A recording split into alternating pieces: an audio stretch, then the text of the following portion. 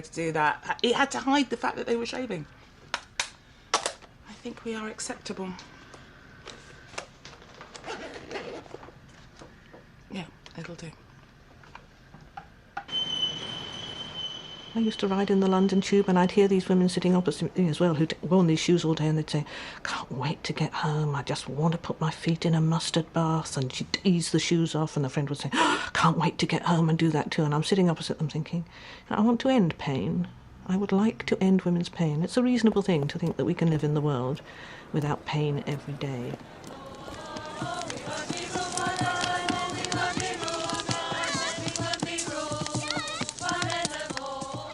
Got into doing the... Oh, what was it? Yeah. Was it that? Yeah. Oh, it was that? That's it. Yeah, we got into that quite a lot, you know, the feminist vagina thing.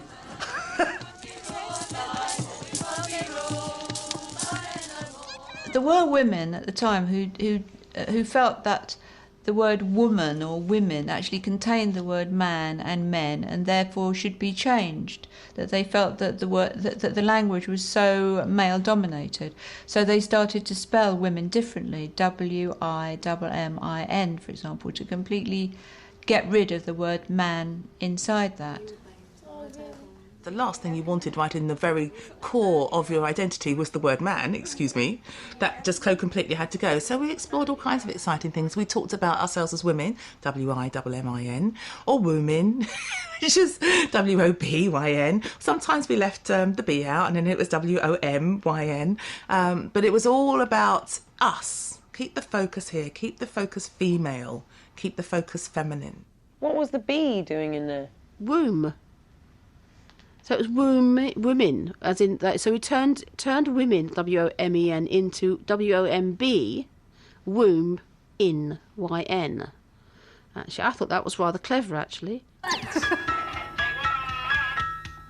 The word history, although I think everybody knew that it didn't really have anything to do with his story, was changed to her story, H-E-R-S-T-O-R-Y. You could get too precious about it and get to the point where you couldn't say, "Oh God," you had to say, "Oh Goddess," and you couldn't say, "Hey, you guys," or you couldn't say, "Oh boy." So I didn't go too far in the direction of trying to kind of change every single linguistic quirk in myself. But at the same time, it does irritate me when people just assume that all animals are generically he. Good boy. Good dog. Not a dog, it's a bitch. You changed your name. I did. Why? What was that about?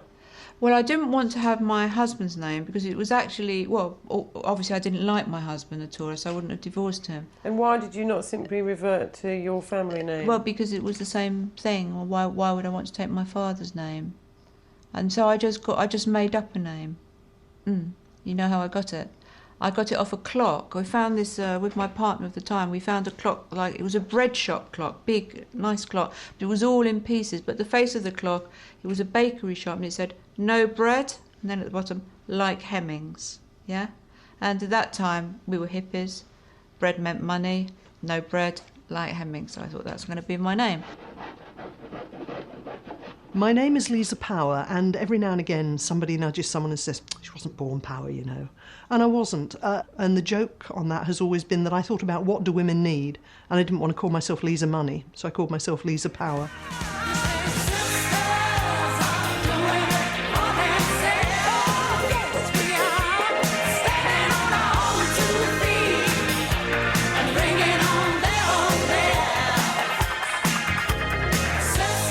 As well as eliminating men from their language, women began to think about eliminating men from their lives.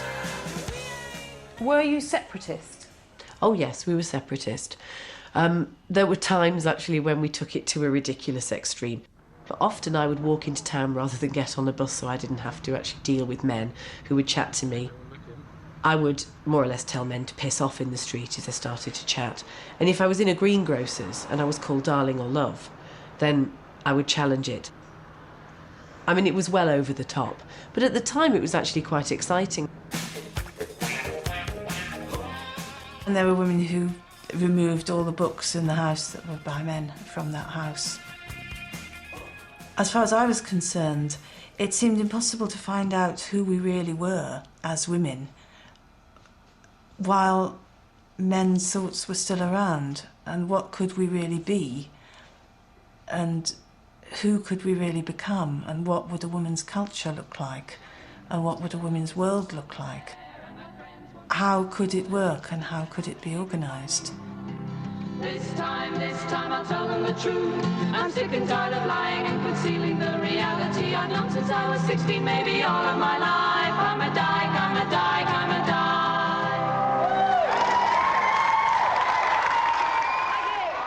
Everything at that time would have been women only. It became a really big issue about whether or not we had men in the house. At the time, none of us had any male friends. You know, if we needed something to be done in the house, like a plumber or something, we would have tried to find a woman plumber. Kath Hassel was a lesbian, a plumber and a separatist. I just lived with women, worked a lot just with women on some of the projects, but I was also working with men. But it was just kind of this, it wasn't really they were the enemy. We didn't need them. I think that was more the point. We didn't need them. Like, we were lesbians, so we didn't need them for sex. They were just a bit of a pain. Why live with them and then you'd have to clean up after them? My brother came down to visit me, and I was living in a lesbian separatist house, and I still wanted to see him. But so I just said, well, you can't come in. Your girlfriend can come in. So she came into the house. You'll have to stay out in the car, mate. And, you know, my brother loved me so much. He said, yeah, OK, that's cool, you know. And then we took him a cup of tea out in the car, you know, and that was sort of sweet.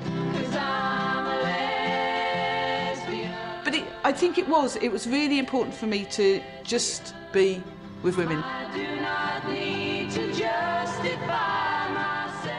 By the time we became an all-women household, most of the older people had got used to the household. We didn't cause any trouble in the street, actually. We were quite an advantage. But the people who didn't like us were the men. There was a group of young men living up the street who just taunted us. They were frightful, throwing stones, shouting, carrying on. And there was one neighbour opposite, a single man, who put a photo of himself naked through the letterbox. And we found this Polaroid of this man. I don't know what that was supposed to be all about. The thing is that all the harassment that we had, if we called the police, they were just not interested at all, so we had no recourse. I mean, we used to spend a lot of time sort of thinking about things like, you know, would it be any different, you know, if we all sort of clubbed together and bought an island somewhere and then all went to live on the island, what would happen? You know, would it be this utopia, or would women end up having the same sort of hierarchies and oppressive structures that you get in a mixed society?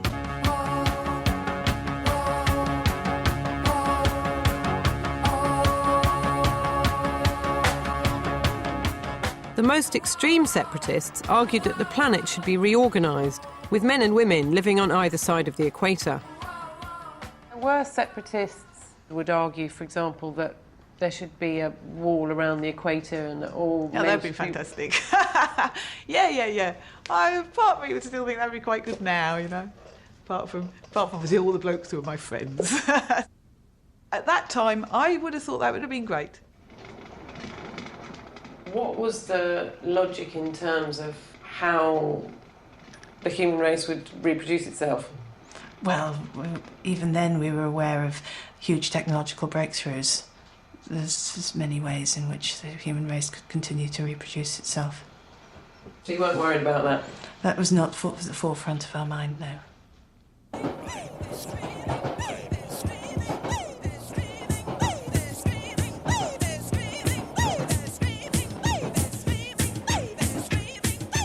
One complication in this women's world was what to do with boy children. Some women felt that they didn't want to have kids if those kids were going to be boy kids, and that they'd be afraid of raising sons and having those sons grow up into an abusive, destructive, patriarchal world, that they then had to relinquish control over their children and see their children become men in a society like this. So some women didn't want to have male children for the best of motives.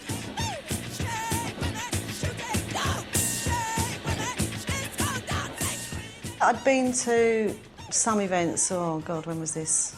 Maybe early 80s, where women who had sons weren't allowed to leave their sons in the creche. You could only leave your daughters in the creche. That just really wound me up, stuff like that. That for me was as stupid as people only having female cats.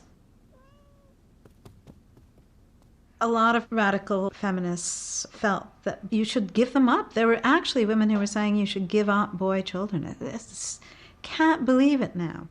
It was so cruel and so horrible. Sue O'Sullivan's 2 sons were very young when she left her family to live as a lesbian. I left my sons with my husband, and I went back and would stay there 4 times a week, and so I was never out of contact and never not caring for them at all.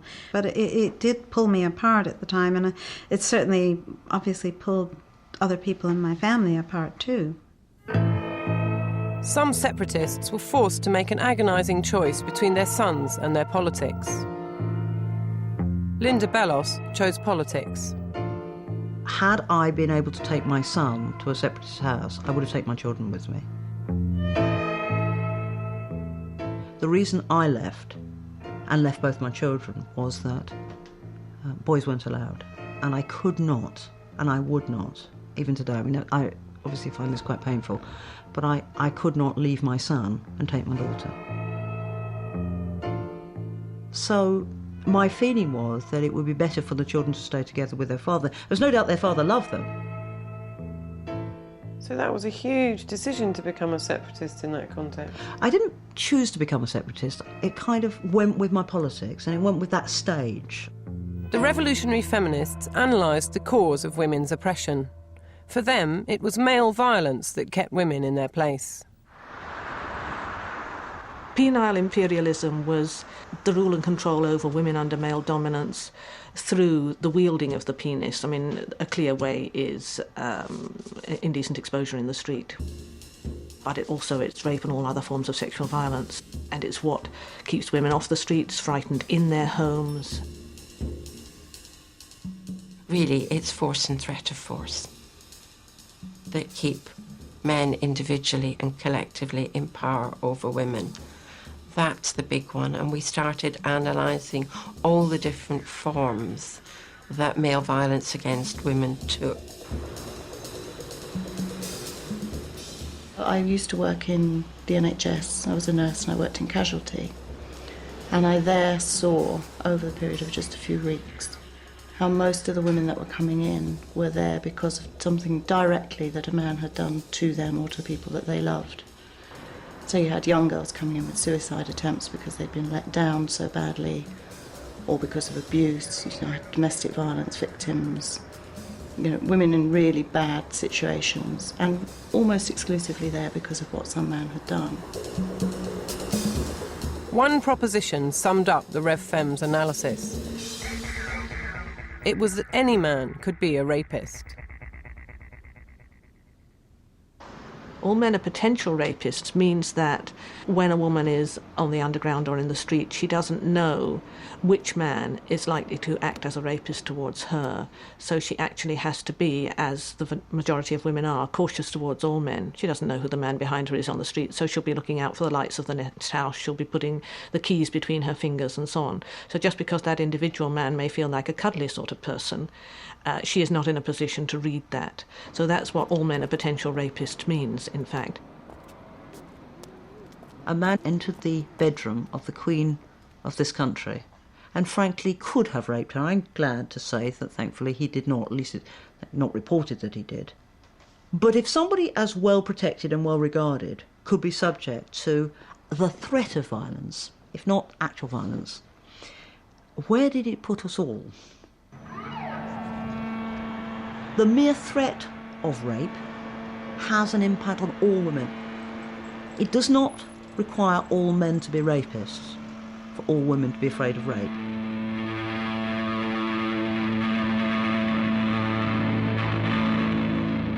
It was no coincidence that the revolutionary feminists in Leeds focused on male violence.